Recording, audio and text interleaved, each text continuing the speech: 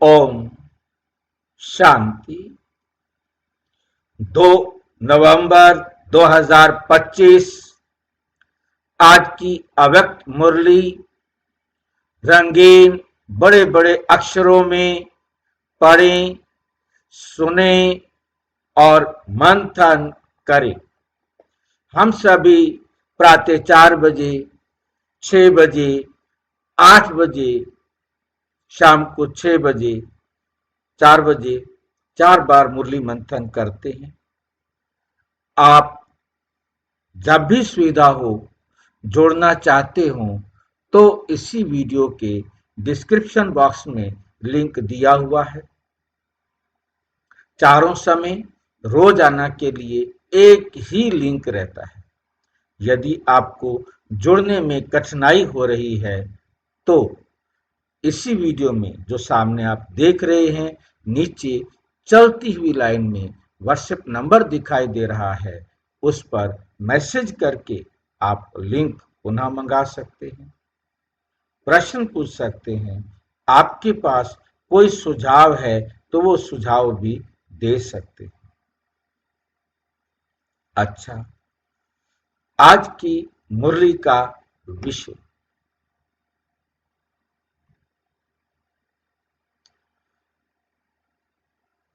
अपने श्रेष्ठ स्वमान के फखुर में रहे असंभव को संभव करने वाले।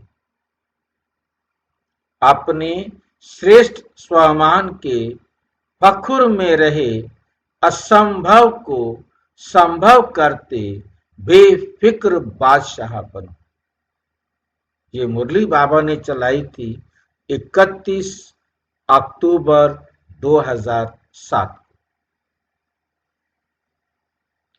ये सीजन की पहली मुरली है। अपने यानी दूसरी मुरली है, 15 को आई थी पहली मुरली, दूसरा 31 को। तो आप अपने श्रेष्ठ स्वमान के फखुर में रहे। हमारा श्रेष्ठ स्वमान क्या है? कौन बताएंगे? हमारा श्रेष्ठ स्वमान क्या है?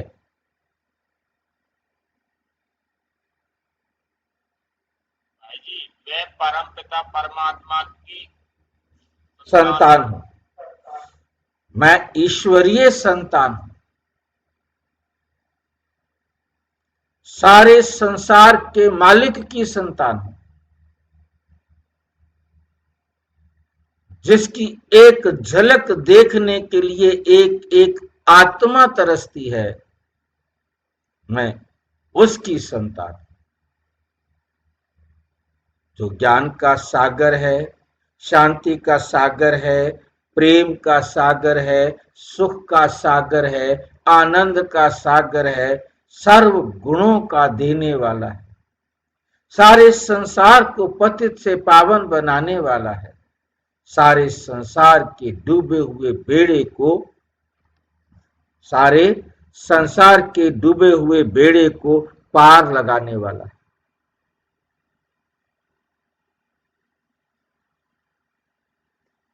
ऐसे बाप की मैं संतान हूं, ऐसे बाप का मैं स्टूडेंट हूं। ऐसा बाप मुझे मिला है गुरु के रूप में, जो मेरे सहित सारे विश्व की आत्माओं को मुक्ति और जीवन मुक्ति देता है। जितना भी बाप के गुण और कर्तव्यों को याद करके अपने आप को नशा चढ़ा सकते, वो मेरा बाप है।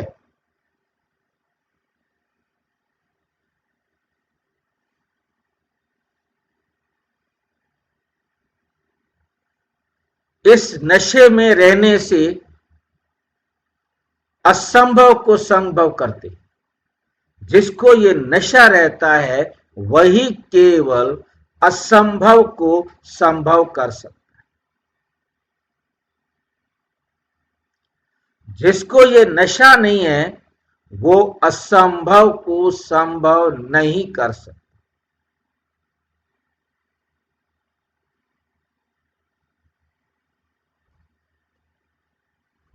ऐसा कौन सा असंभव है जिसको हम इस नशे में रहकर संभव कर सकते हैं? है कोई असंभव जिसको आप ये नशे में रहो तो असंभव को संभव कर सकते हो? कौन सी असंभव बात को आप संभव कर सकते हो? ब्रह्मचारी होकर हाँ जी, ब्रह्मचारी होकर वह असंभव को संभव कर देते हैं। दुनिया वाले कहते हैं कि ब्रह्मचारी हो ही नहीं सकते, हम रह सकते हैं भाई। दुनिया वाले कहते हैं पति और पत्नी, स्त्री और पुरुष साथ रहें और आग ना लगे। ऐसा हो नहीं सकता, असंभव है, असंभव है। हाँ भाई जी, जी जो कहते हैं आग और कपूर एक जगह हो नहीं सकते। आग और कपूर का मतलब यही है कि स्त्री और पुरुष साथ रहें और पवित्र रहें, विकार ना आए, ऐसा हो नहीं सकता।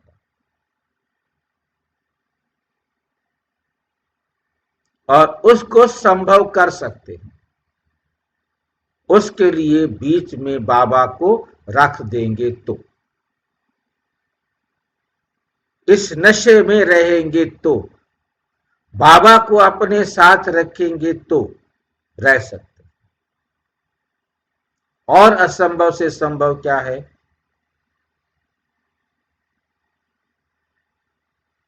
आज दुनिया में कोई भी अपने आप को नहीं जानता।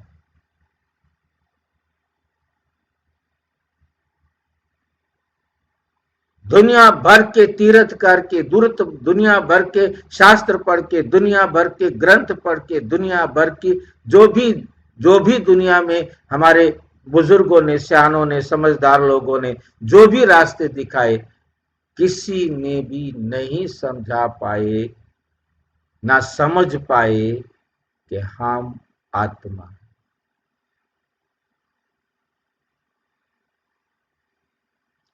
हम आत्माओं का पिता परमात्मा है। परमात्मा की पहचान ही नहीं थी। ये असंभव कार्य परम पिता परम आत्मा ने आके संभव करा।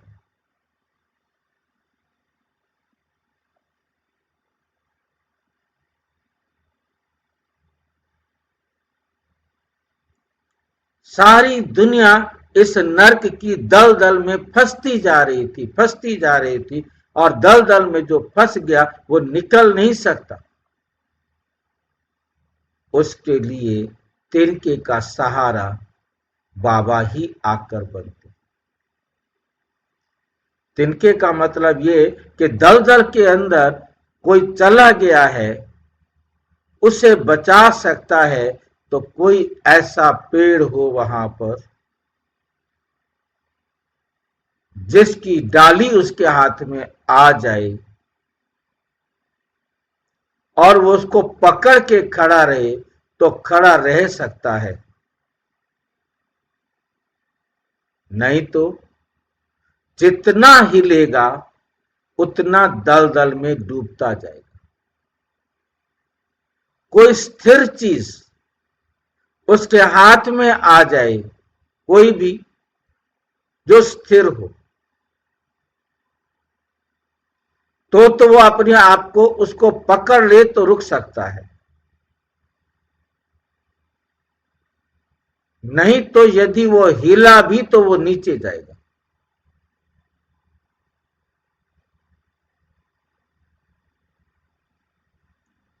और वो स्थिर तिनका परमात्मा मिला जिसने हमको भी और सारी दुनिया को भी नीचे गिरने से रोक लिया और बाहर आने का रास्ता दिखा दिया।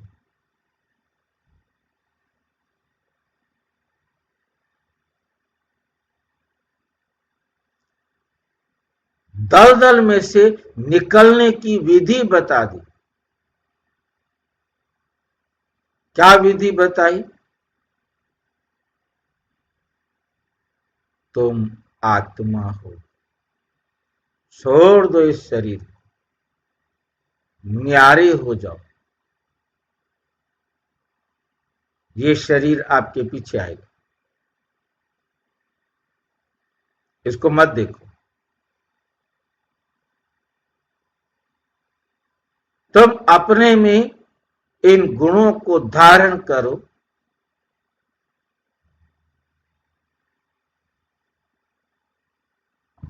दृढ़ता को धारण करो, निकल आओ इस दलदल से। जो असंभव था, दुनिया सोच भी नहीं सकती कि हम इन गंदे रास्तों पर,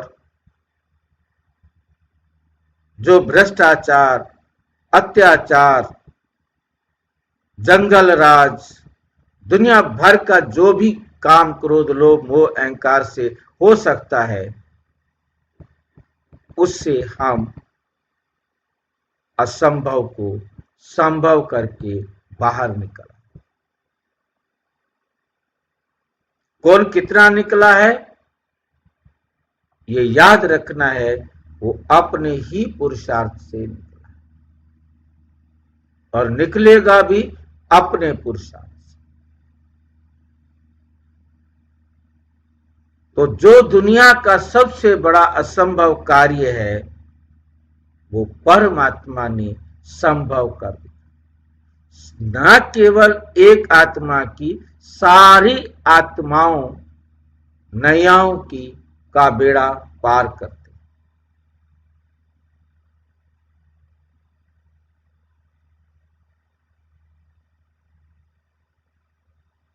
और क्या बना देते हैं? बेफिक्र बादशाह, कोई फिक्र ही नहीं है।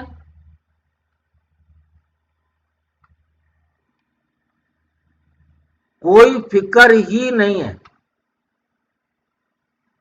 ऐसा बादशाह बना दिया। वो कैसे बनाया? राज समझाया, नथिंग न्यू।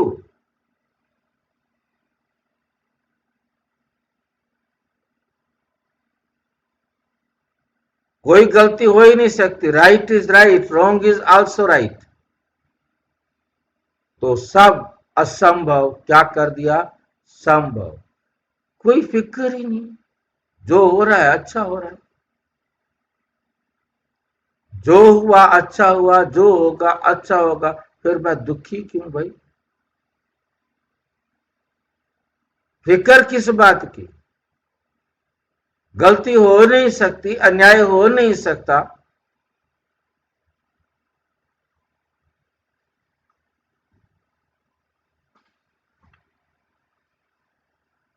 तो हमें बेफिक्र बादशाह बना दिया।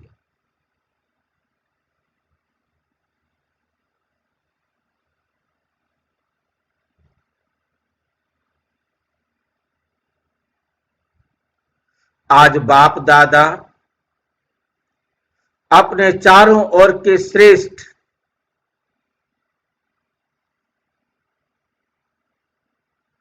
स्वमानधारी विशेष आत्माओं को देख रहे हैं।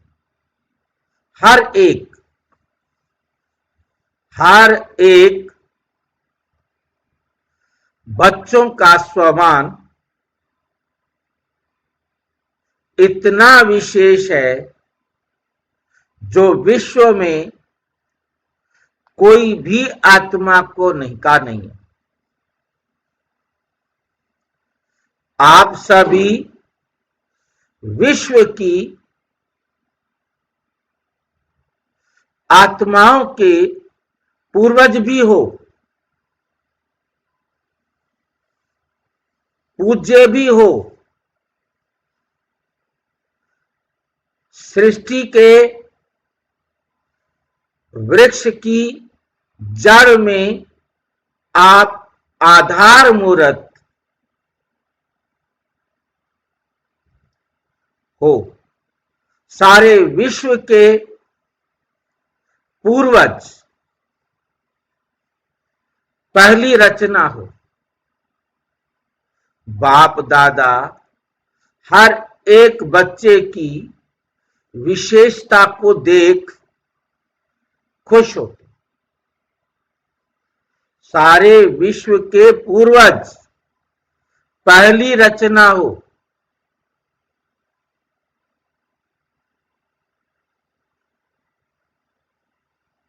हर एक बच्चे की विशेषता को देख खुश होते। चाहे छोटा बच्चा, चाहे बुजुर्ग माताएं, चाहे प्रवृत्ति वाले, हर एक की अलग अलग विशेषताएं हैं। आजकल कितने भी बड़े से बड़े साइंसदान दुनिया के हिसाब से विशेष हैं।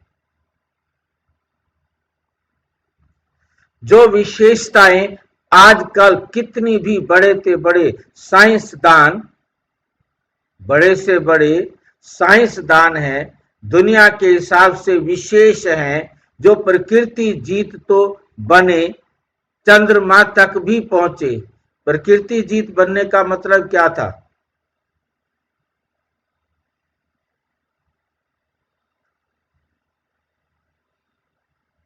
उन्होंने प्रकृति को जीता है। क्या मतलब है साइंस वालों ने? साइंस वालों का प्रकृति जीत समझना और हमारा प्रकृति जीत समझना, दोनों में क्या अंतर होगा? साइंस वाले प्रकृति जीत है और हम भी प्रकृति जीत बनते हैं। हम दोनों के प्रकृति जीत बनने में क्या अंतर है? क्योंकि यहां पर साइंटिस्ट को प्रकृति जीत कहा। साइंटिस्ट के लिए प्रकृति जीत होना क्या है और हमारे लिए प्रकृति जीत होना क्या है?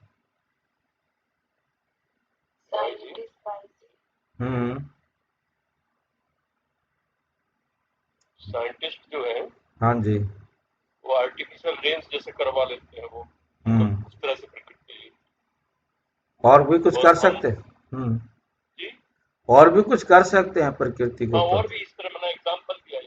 हाँ, और एग्जांपल, सर्दी आई तो उन्होंने गीजर लगा दिया, एसी लगा दिया। सर्दी आई तो हीटर, गीजर, गर्मी आई तो कूलर, फ्रिज, एसी, है नहीं?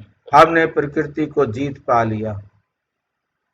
और हमारा तो अलग ही, हमारा तो बाबा जी, भाई जी, जो बाबा कहते हैं, बाबा जो सबका कंट्रोलर है, उस तरह से कंट्रोल हमारे कंट्रोल की भावना हम लोग चाहते हैं। हमारा प्रकृति जीत होना क्या है? कर्म इंद्रियों के राजा बन जाते हैं। कर्म इंद्रियों के राजा बन, नियंत्रक। पांचों तत्व हमारी, अर्थात हमारी में मैं और मेरा बाबा, हमारी में दूसरा कोई नहीं आ सकता।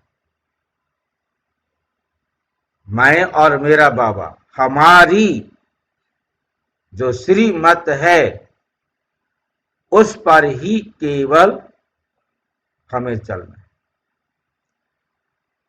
हम प्रकृति को कंट्रोल करते हैं। हमारा प्रकृति जीत, हमको कंट्रोलिंग पावर मिल जाती है। हाँ, तो हमारा प्रकृति जीत होना और दुनिया वालों का प्रकृति जीत होना बहुत बड़ा अंतर है।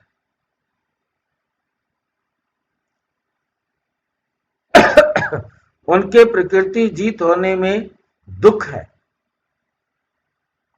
एक को सुख मिलेगा तो दूसरे को दुख जरूर मिलेगा। आप चाहे एसी चलाएं, कूलर चलाएं, चाहे फ्रिज चलाएं, आपको ठंडा मिलेगा, परंतु उतनी गर्मी दूसरी तरफ वो बढ़ा देगा। साइड इफेक्ट होते हैं, उसके साइड इफेक्ट। इसके साइड इफेक्ट नहीं है हमारे लिए। ये मेरा पद है। चंद्रमा तक भी पहुंच गए, वो चंद्रमा तक भी पहुंच गए। अभी तक पहुंचा कोई नहीं, परंतु उस समय दुनिया वालों ने कहा कि अपोलो पहुंच गया है। लेकिन इतनी छोटी सी ज्योति स्वरूप आत्मा को नहीं पहचान सकते। यहां छोटा सा बच्चा भी मैं आत्मा हूं, ज्योति बिंदु को जानता है, फलक से कहता है मैं आत्मा हूं।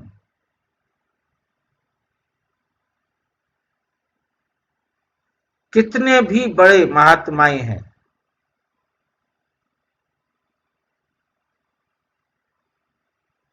और ब्राह्मण माताएं हैं,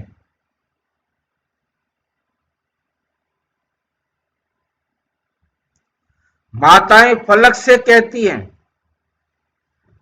हमने परमात्मा को पा लिया है ना, और महात्माएं क्या कहते हैं, परमात्मा को पाना असंभव है।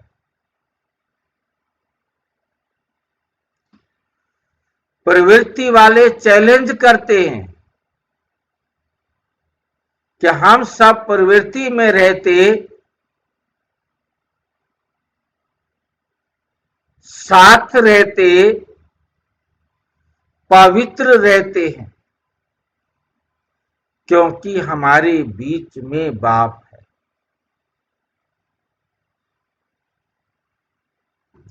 इसलिए दोनों साथ रहते हैं, साथ रहते भी सहज पवित्र रह सकते हैं, क्योंकि पवित्रता हमारा स्वधर्म है। पर धर्म मुश्किल होता है, स्वधर्म सहज होता है। और लोग क्या कहते हैं, आग और कपास या कपूस साथ में रह नहीं सकते। ये कपास को ही कपूस कहा जाता है, या कपूर, कपास या कपूर। आग बहुत जल्दी, कपास आग बहुत जल्दी पकड़ती है, और कपूर भी आग बहुत जल्दी पकड़ता है। ये आग और कपूस स्त्री और पुरुष के लिए ही कहा गया है। बड़ा मुश्किल है। और आप सब क्या कहते हो, बहुत सहज है। आप सबका शुरू का एक गीत था, कितने भी सेठ स्वामी हैं, लेकिन एक अलग को नहीं जाना। छोटी सी बिंदी आत्मा को नहीं जाना।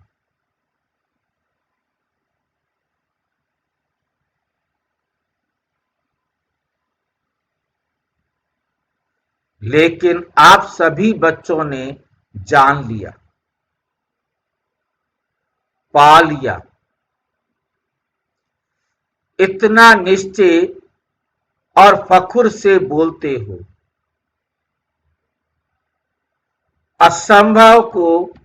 असंभव संभव है। बाप दादा भी हर एक बच्चे को विजयी रतन देख हर्षित होते हैं, क्योंकि हिम्मते बच्चे मद दे बाप है। इसलिए दुनिया के लिए जो असंभव बातें हैं, वे आपके लिए सहज और संभव हो गई।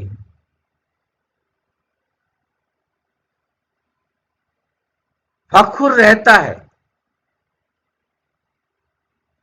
कि हम परमात्मा के डायरेक्ट बच्चे।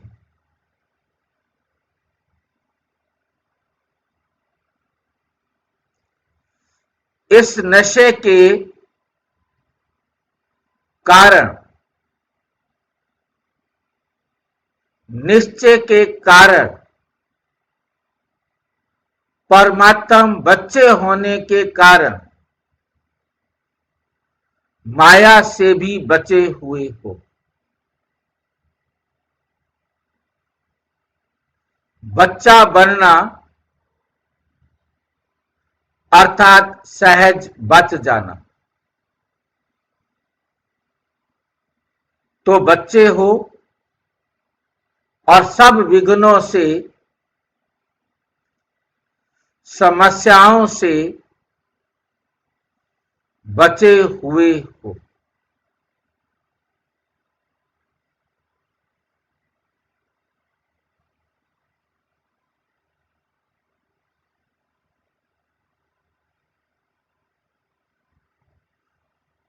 बच्चे हो तो बचे हुए, तो अपने इतने श्रेष्ठ स्वमान को जानते हो ना।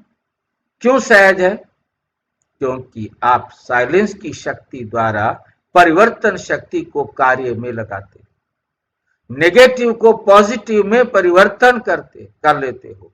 माया कितने भी समस्या के रूप में आती, लेकिन आप परिवर्तन की शक्ति से, साइलेंस की शक्ति से समस्या को समाधान स्वरूप बना देते, कारण को निवारण रूप में बदल देते हो।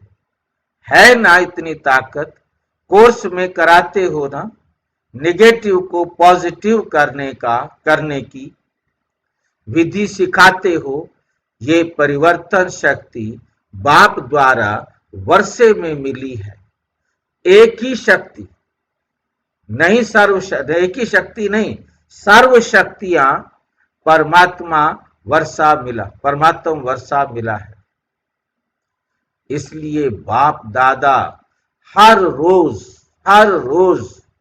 कहते हैं, हर रोज मुरली सुनते हो ना, तो हर रोज बाप दादा यही कहते हैं, बाप को याद करो और वर्षे को याद करो।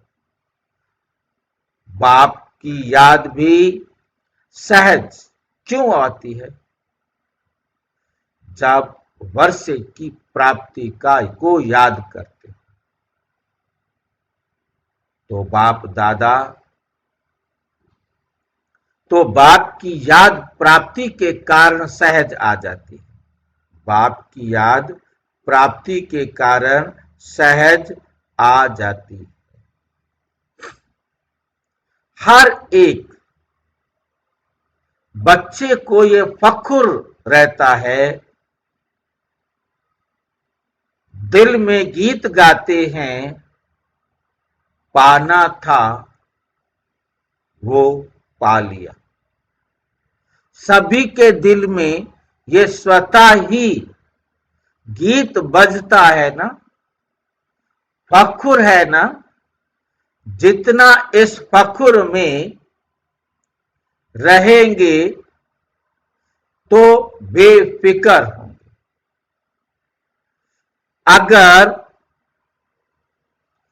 किसी भी प्रकार का संकल्प में, बोल में या संबंध संपर्क में आते हैं, संबंध संपर्क में फिक्र रहता है? पूछ रहे हैं बाबा। किसी भी प्रकार का संकल्प में, बोल में फिक्र रहता है तो फख्र नहीं है। यदि आपको फिक्र रहता है तो फख्र नहीं है।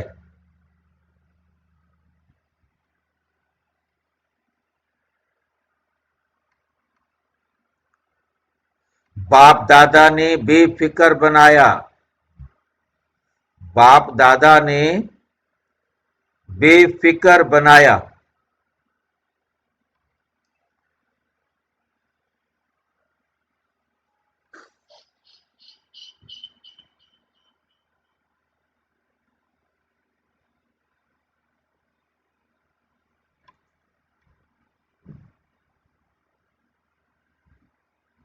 बोलो बेफिक्र बादशाह हो,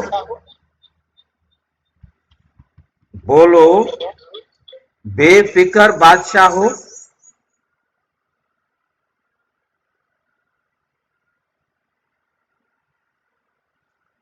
या कभी कभी फिक्र आ जाता है? बेफिक्र बादशाह हो या कभी कभी फिक्र आ जाता है?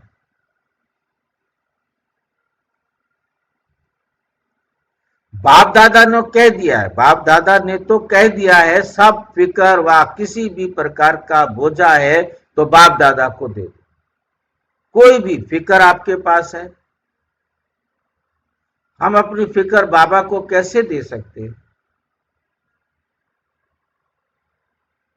कोई अपनी फिक्र बाबा को दे के दिखाओ।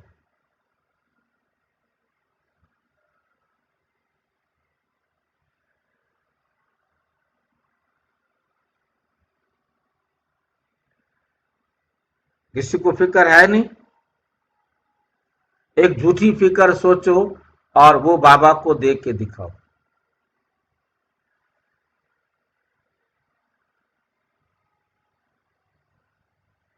या आपने अपने सारी फिक्र बाबा को कैसे दे दी, वो विधि बता दो, कुछ तो बताओ।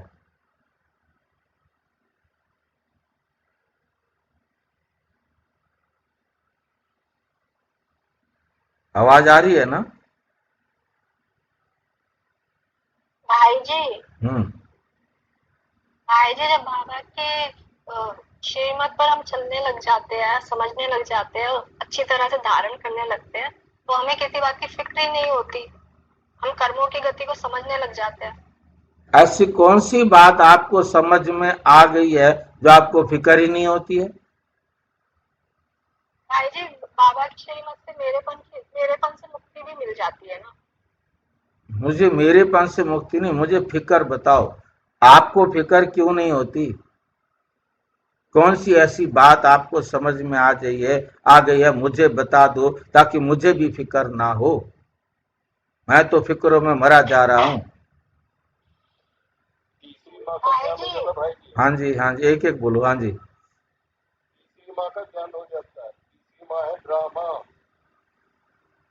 तो ड्रामा का ज्ञान उसे क्या क्या हो गया ऐसा ड्रामा में जो है ना हम वो फिक्र ही अच्छा नहीं होगा, करें? बुरा हाँ जी। होगा, अच्छा होगा। अब फिक्र करने क्या कर लूंगा मैं? जो हुआ अच्छा हुआ, जो हो रहा है अच्छा हो रहा है, और जो होगा अच्छा हो, बहुत अच्छा होगा। गलत हो ही नहीं सकता।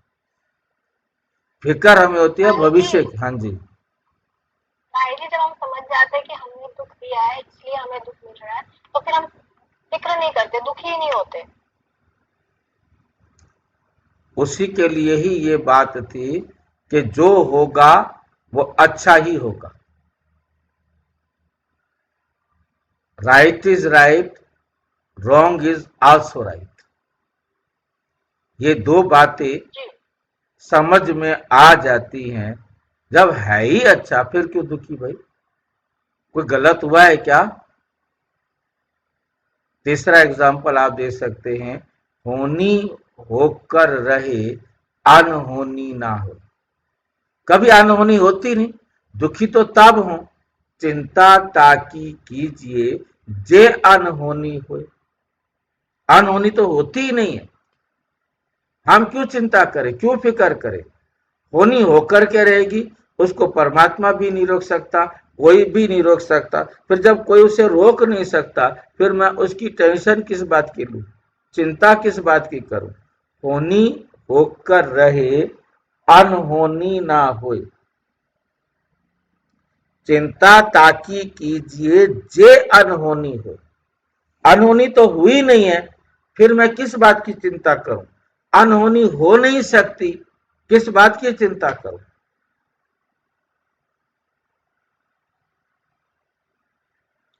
ये बात अच्छी तरह तीन एग्जाम्पल है, तीन प्रकार से अपने आप को अच्छी तरह समझाए, और जो भी चिंता वाला, टेंशन वाला, फिक्र वाला मिले उसको ये तीन गोलियां खिला।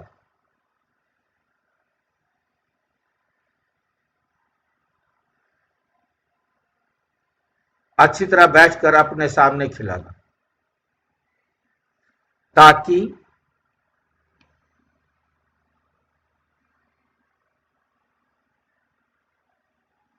हेलो, हाँ जी, क्या हुआ?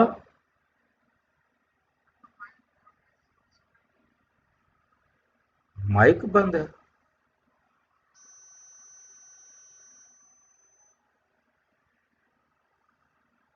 माइक तो खुला हुआ है ना, आवाज आ रही है सबको?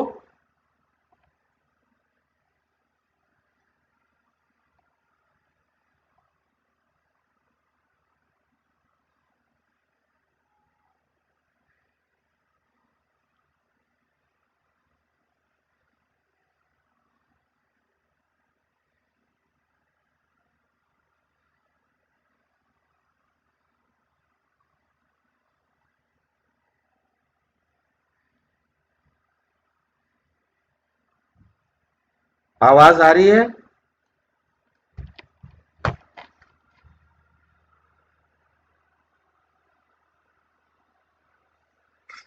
मेरी आवाज आ रही है? आ रही भाई जी, आ रही है आवाज। ठीक।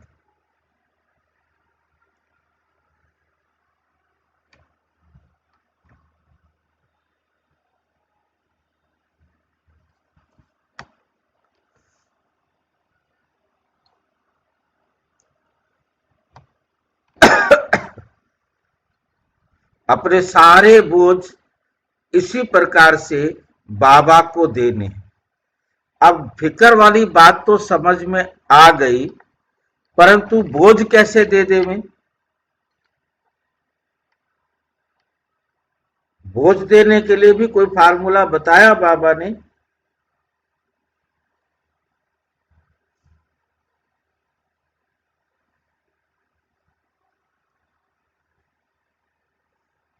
बाबा की श्रीमत पर सारा दिन 5 काम करने हैं,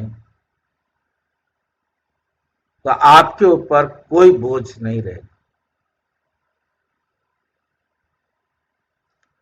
देखना, सुनना, सोचना, बोलना, करना। बोझ होता है हमारी गलती के कारण, देह समझने के कारण, और बाबा की श्रीमत पर चलने से ना हम अपने आप को देह समझ सकते हैं और ना कोई गलती कर सकते, तो हमारे पर कोई बोझ नहीं। बोझ होता है विकर्मों का बोझ, व्यसनों का बोझ, देह अभिमान, देह के संबंधों का बोझ। क्योंकि देह समझते ही मेरा वजन 70 किलो हो जाता है, आत्मा समझते ही 0। जितने देह के संबंधियों को जोड़ा उतना बोझ हो गया, जिसके कारण फिर मैं गलतियां करता हूं और दुखी होता हूं।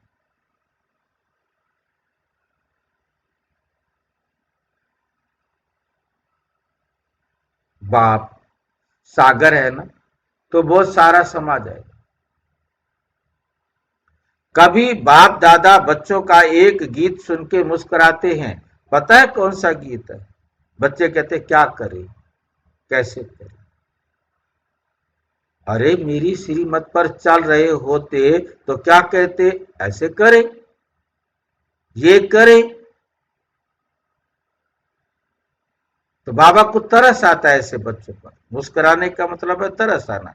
कभी कभी तो गाते हैं ना, बाप दादा तो सुनता रहता है, लेकिन बाप दादा सभी बच्चों को यही कहते हैं, मीठे बच्चे, लाडले बच्चे, साक्षी दृष्टा होके स्थिति की सीट पर बैठ, स्वस्थिति की सीट पर बैठ, सेट हो जाओ, सीट पर सेट हो जाओ। जो अपनी सीट पर सेट होके खेल को देखो, मजा आएगा। वाह, त्रिकालदर्शी स्थिति में स्थित हो जाओ। सीट से नीचे आते इसलिए हो क्योंकि अपसेट होते हैं। सीट पर आप बैठे नहीं होते तो आप क्या होते हैं? अपसेट। सेट रहो सीट पर, अपसेट नहीं होने। कौन सी 3 चीजें बच्चों को परेशान करती है? चंचल मन, ये करूं, इधर जाऊं, उधर जाऊं, ऐसे करूं, वैसे करूं। दूसरा, भटकती हुई बुद्धि। प्राप्ति नहीं हो रही है तो भटकेगी। उधर जाऊं शायद वहां मिल जाए, उधर जाऊं वहां मिल जाए, उधर जाऊं वहां मिल जाए, उधर जाऊं वहां। प्राप्ति नहीं हो रही, किसी ना किसी चीज का अभाव प्राप्ति कराने के लिए भटकाता। तीसरा, पुराने संस्कार, पुरानी आदतें मुझे आगे बढ़ने नहीं देती, सुधरने नहीं देती। बाप दादा को बच्चों की एक बात सुनकर हंसी आती है। पता है कौन सी बात? कहते हैं बाबा क्या करें, मेरे पुराने संस्कार है ना, मेरी पुरानी आदतें हैं ना। बाप दादा मुस्कुराता है, जब कह ही रहे हो मेरी और मेरे से परेशान हो, मेरे के कारण तुम दुखी हो, उस मेरे को छोड़ दो ना, वो मेरा थोड़ा है, वो तो रावण का है। रावण के संस्कार को मैंने मेरा संस्कार बना रखा है तो बैठेगा ना, वो तो आपको एंजॉय करेगा ना।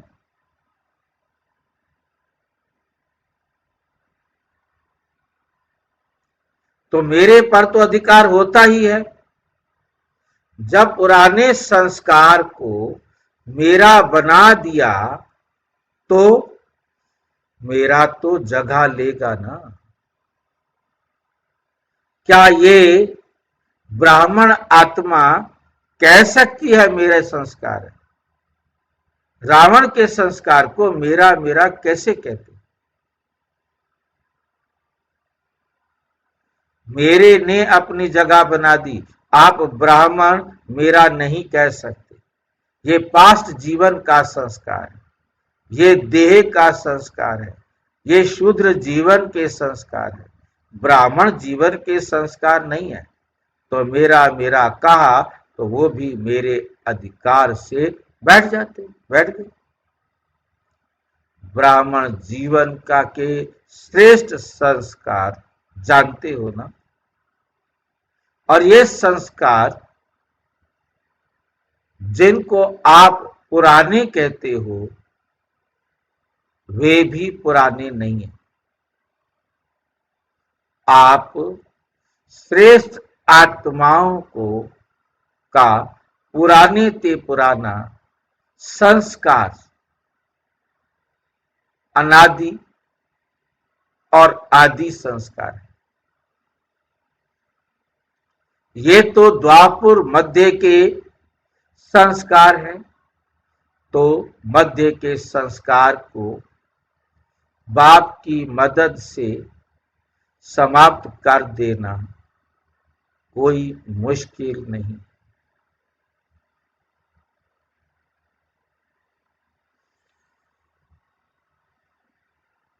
परंतु होता क्या है,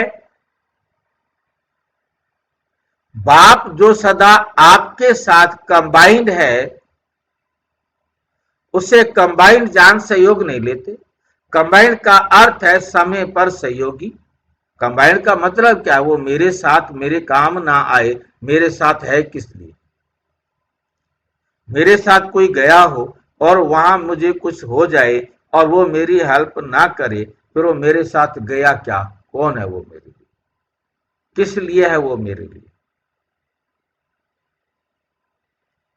परमात्मा को हम कहे संग संग चलते हैं बाबा मेरे, और मैं दुखी हूं, क्या फायदा है उसके संग संग होने का? संग संग है तो मैं दुखी नहीं होना चाहिए ना।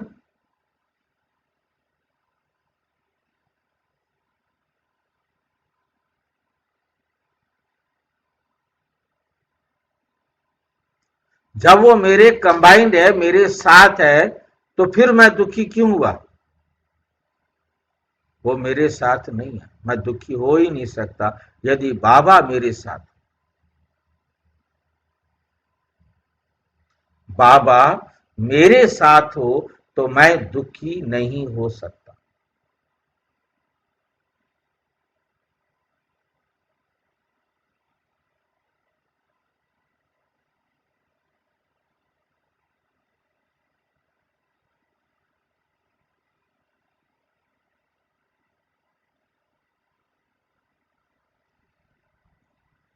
कारण मध्य के संस्कार महान बन जाते हैं।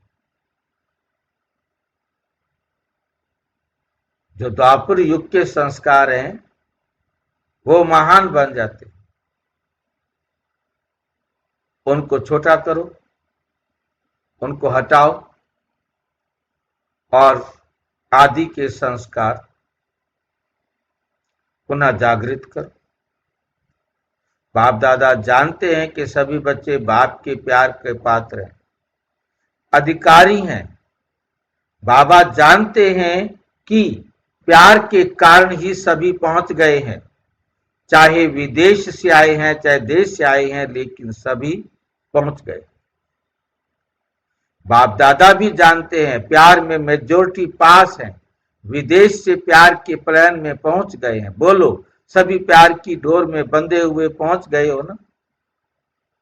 ये परमात्मा प्यार दिल को आराम देने वाला है। अच्छा, जो पहली बार यहाँ पहुंचे हैं वो हाथ उठाओ, हाथ हिलाओ, भले पधारे। अभी बाप दादा ने जो होमवर्क दिया था याद है? होमवर्क याद है? बाप दादा के पास कई तरफ से रिजल्ट आई है, सभी की रिजल्ट ये आई है, कोई की कितने % में भी आई है। लेकिन अभी क्या करना है? बाप दादा क्या चाहते हैं? बाप दादा यही चाहते हैं कि सब पूजनीय आत्माएं हैं, तो पूजनीय आत्माओं का विशेष लक्षण दुआ देना ही है। तो आप सभी जानते हो कि आप सभी पूजनीय आत्माएं हो, तो ये दुआ देना अर्थात दुआ लेना अंडरस्टूड हो जाता है, अंडरस्टूड हो जाता है। जो दुआ देता है, जिसको देते हैं, उसकी दिल से बार बार देने वाले के लिए दुआ निकलती है।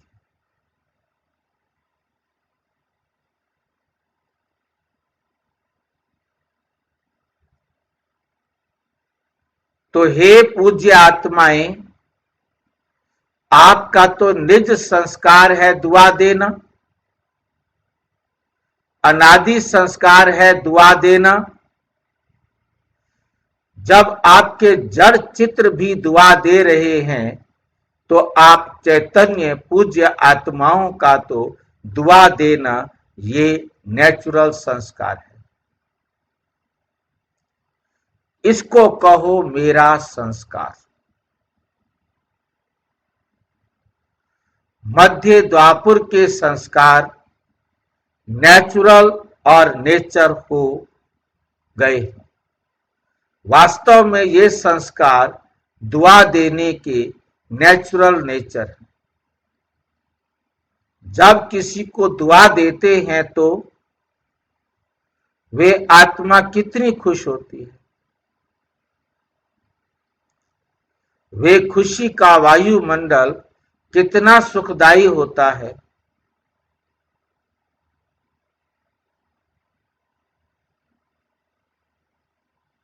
तो जिन्होंने भी होमवर्क किया है उन सब को, चाहे आए हैं चाहे नहीं आए, लेकिन बाप दादा के सामने है, तो उन्हों को बाप दादा मुबारक दे रहे हैं।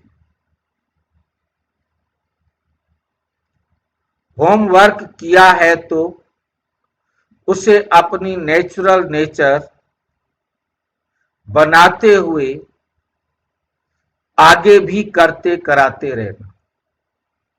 और जिन्होंने थोड़ा बहुत किया है, नहीं भी किया है, तो वे सभी अपने को सदा मैं पूज्य आत्मा हूं, मैं बाप की श्रीमत पर चलने वाली विशेष आत्मा हूं, इस स्मृति को बार बार अपनी स्मृति और स्वरूप में लाना। क्योंकि हर एक से जब पूछते हैं कि आप क्या बनने वाले हो, तो सब कहते हैं हम लक्ष्मी नारायण बनने वाले हैं।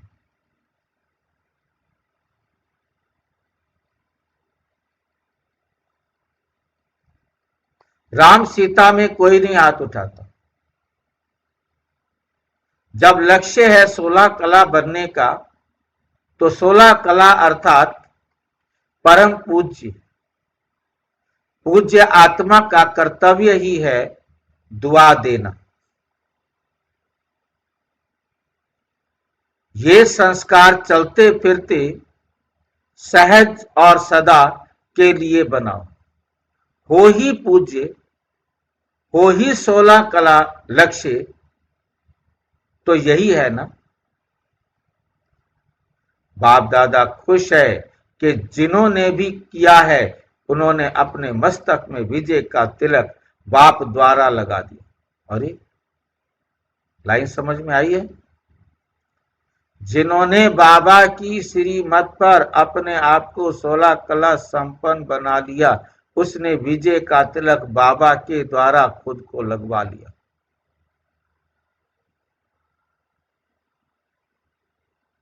मुश्किल है या आसान है?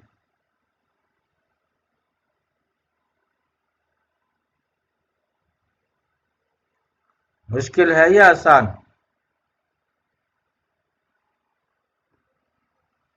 आवाज आ रहा है कि नहीं आ रहा? तो बताओ ना, मुश्किल है कि आसान है, कुछ तो बताओ ना, मुझे पता लग जाए कि आप बैठे हो। थोड़े थोड़े आसान होते जा रहे हैं भाई। थोड़ी थोड़ी आसान होती जा रही। बाप दादा के पास सबकी तरफ से, वर्गों की तरफ से, सेंटर्स की तरफ से बहुत अच्छी रिजल्ट सहित पहुंच गए हैं, तो एक होमवर्क करने की मुबारक, साथ में सेवा की भी मुबारक। पदम पदम गुणा है। बाप ने देखा कि गांव गांव में संदेश देने की सेवा बहुत अच्छे तरीके से मेजोरिटी एरिया में की है, तो ये सेवा भी रहमदिल बनकर की। इसलिए सेवा के उमंग उत्साह में रिजल्ट भी अच्छी दिखाई दी है। ये मेहनत नहीं की, लेकिन बाप से प्यार अर्थात संदेश देने से प्यार, तो प्यार के मोहब्बत में सेवा की है, तो प्यार का रिटर्न सब सेवाधारियों को स्वतः ही बाप का पदम पदम गुणा प्यार प्राप्त है और होता रहेगा।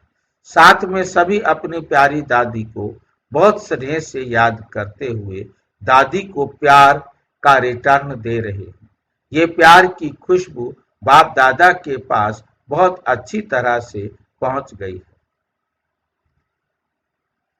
अभी जो भी मधुबन में कार्य चल रहे हैं, चाहे विदेशियों के चाहे भारत के, ये सब कार्य भी एक दो के सहयोग सम्मान के आधार से बहुत अच्छे सफल हुए। आगे भी होने वाले कार्य सफल हुए पड़े, क्योंकि सफलता तो आपके गले का हार है। बाप के गले के भी हार हो। बाप ने याद दिलाया था कि कभी भी हार नहीं खाना, क्योंकि आप बाप के गले के हार हो, तो गले का हार कभी हार नहीं खा सकता। जो बाप के गले का हार है वही बनता है जो विजयी हुआ।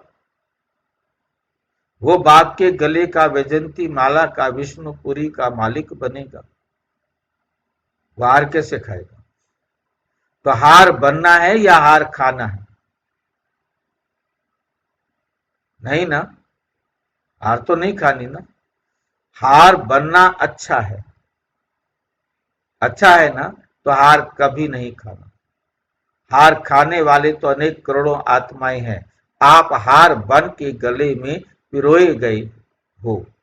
ऐसे है ना, तो संकल्प करो बाप के प्यार में माया कितना भी तूफान सामने लाए, लेकिन मास्टर सर्वशक्तिमान आत्माओं के आगे तूफान भी तोहफा बन जाएगा। ऐसा वरदान सदा याद करो। कितना भी ऊंचा पहाड़ हो, पहाड़ बदल के रूई बन जाएगा। अभी समय की समीपता प्रमाण वरदानों को हर समय अनुभव में लाओ, अनुभव की अथॉरिटी बनो। जब चाहे तब अपने अशरीरी बनने का की, परिष्ठा स्वरूप बनने की एक्सरसाइज करते रहो। अभी ब्राह्मण, अभी परिष्ठा, अभी अशरीरी, चलते फिरते काम काज करते हुए भी 1 मिनट 2 मिनट निकाल अभ्यास करो। चेक करो, जो संकल्प किया वही स्वरूप अनुभव हुआ।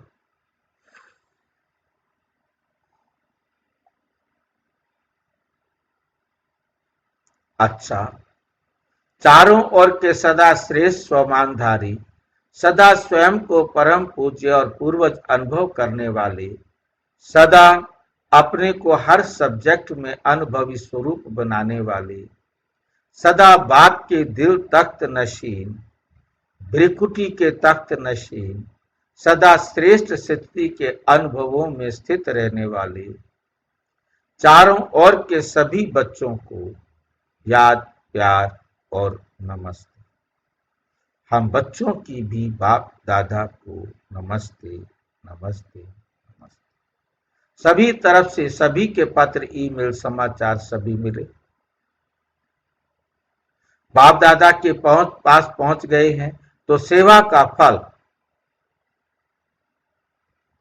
और बल सभी सेवाधारियों को प्राप्त है और होता रहेगा। प्यार के पत्र भी बहुत आते हैं, परिवर्तन के पत्र भी बहुत आते हैं। परिवर्तन की शक्ति वालों को बाप दादा अमर भाव का वरदान दे रहे।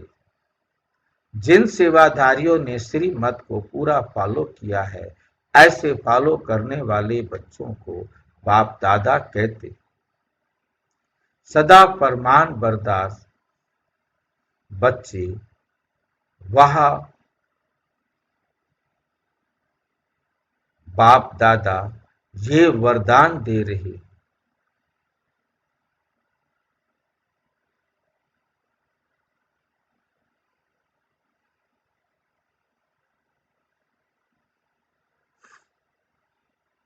बाप दादा ये वरदान दे रहे हैं और प्यार वालों को बहुत बहुत प्यार से दिल में समाने वाले, अति प्यारे, अति माया के विघ्नों से न्यारे ऐसा वरदान दे रहे। अच्छा, अभी सबके दिल में क्या उमंग आ रहा है?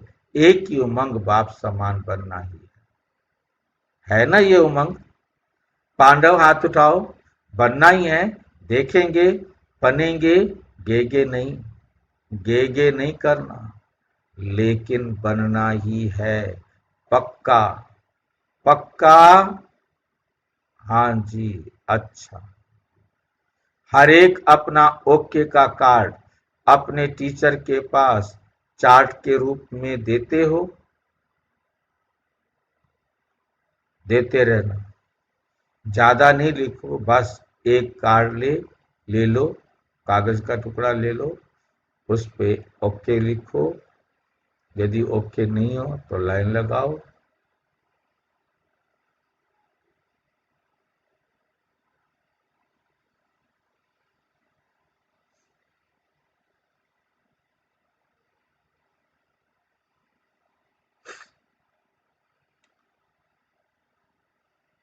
ये तो कर सकते हो ना, लंबा पत्र नहीं लिखो। अच्छा, वरदान संगम युग पर प्रत्यक्ष फल द्वारा शक्तिशाली बनने वाली सदा समर्थ आत्मा भाव, संगम युग पर जो आत्माएं बेहद सेवा के निमित्त बनती हैं, उन्हें निमित्त बनने का प्रत्यक्ष फल शक्ति की प्राप्ति होती है। ये प्रत्यक्ष फल ही श्रेष्ठ युग का फल है। ऐसा फल खाने वाली शक्तिशाली आत्मा किसी भी परिस्थिति के ऊपर सहज ही विजय पा लेती है। वे समर्थ बाप की साथ होने के कारण व्यर्थ से सहज मुक्ति हो जाती है। जहरीले समान परिस्थिति पर भी उनकी विजय हो जाती है। इसलिए यादगार में दिखाते हैं, श्री कृष्ण ने सांप के सिर पर डांस किया। स्लोगन, पास विद ऑनर बनकर पास्ट को पास करो, बाप के सदा पास रहो।